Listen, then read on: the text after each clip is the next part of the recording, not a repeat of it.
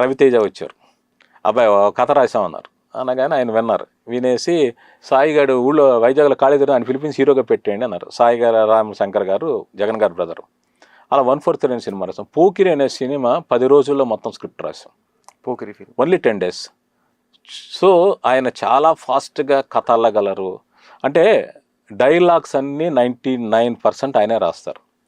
ఒక 1%, 5% నాలాంటి వాళ్ళు లేక వేరే రైటర్స్ కంట్రిబ్యూట్ చేయొచ్చు. కానీ లేదు, మన పూర్తి స్క్రిప్ట్ కూడా మనం ఒక డైలాగ్ చెప్తే దాని కౌంటర్ ఆయన రాస్తారు.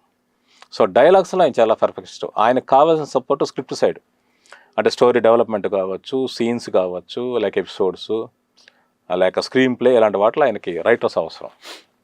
ఈ 1 line ఆర్డర్లో ఏం చేస్తాడంటే ఆయన ఒక రెడ్ స్కెచ్ పెన్ తీసుకుని రెడ్ అండర్లైన్ చేస్తాడు, ఇది యాక్షన్, ఇంకోటి ఏదో బ్లూ, ఇది రొమాన్స్, ఇంకోటి ఏదో గ్రీన్ కామెడీ, ఇవి చూస్తాడు ఆయన. అంటే ఒక ఇన్ని సీన్ల తర్వాత ఒక కామెడీ సీన్ వచ్చిందా లేదా, ఇక్కడ ఫైట్ వచ్చిందా లేదా అని ఒక టెంప్లెట్ ఫామ్లో ఆయన ఫాలో అవుతాడు. ఇక్కడ ఈ రీల్ ఇది రాలేదు కదా, ఇమ్మీడియట్గా మనం ఏం చేయొచ్చా అనుకుంటే అప్పటికప్పుడు కామెడీ ట్రాక్ రాసి అప్పటికప్పుడు షూట్ చేసి యాడ్ చేసిన సందర్భాలు ఇలాంటివన్నీ జరుగుతుంటాయి. ఆయనది ఒక కైండ్ ఆఫ్ వర్కింగ్ స్టైల్.